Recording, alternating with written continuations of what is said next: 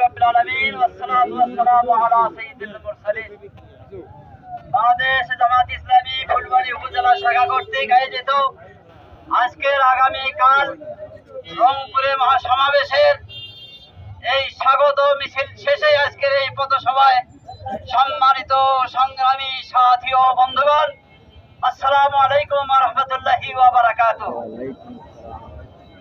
আপনারা ইতিমধ্যেই শুনলেন আগামীকাল রংপুরে আমাদের রংপুরের কৃতি সন্তান ATM Azharul Islam senior secretary, সহকারী সেক্রেটারি জেনারেল, ওনাকে ভারপ্রাপ্ত সেক্রেটারি জেনারেল, ওনাকে ফাঁসির কাস্টে ঝুলিয়ে মৃত্যুদণ্ড দিয়েছিল ওই স্বৈরাচার সরকার।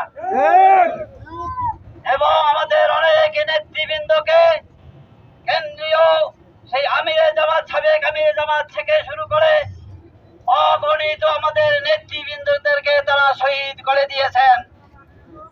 আজকে আল্লাহ রাব্বুল আলামিনের অশেষ কৃপায় ছোট্ট ছোট্ট ছাত্রদের এবং জনতার আন্দোলনে এই ফ্যাসিস্ট সরকার, এই ফ্যাসিস্ট হাসিনা এই বাংলাদেশ ছেড়ে তারা পালিয়ে গিয়েছে।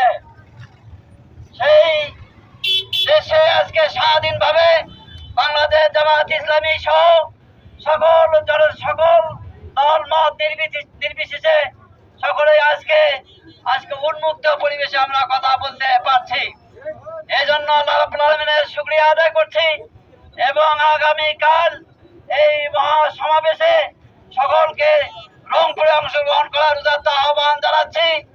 এবং সেই সাথে আজকে যারা আমাদের এই সংক্ষিপ্ত স্বাগত মিছিল এবং পথসভায় অংশগ্রহণ করায় এবং পার্শ্ববর্তী সকল জনতাকে ধন্যবাদ জ্ঞাপন করে আজকের এই সংক্ষিপ্ত পথসভা আমরা এখানে সমাপ্তি ঘোষণা করছি।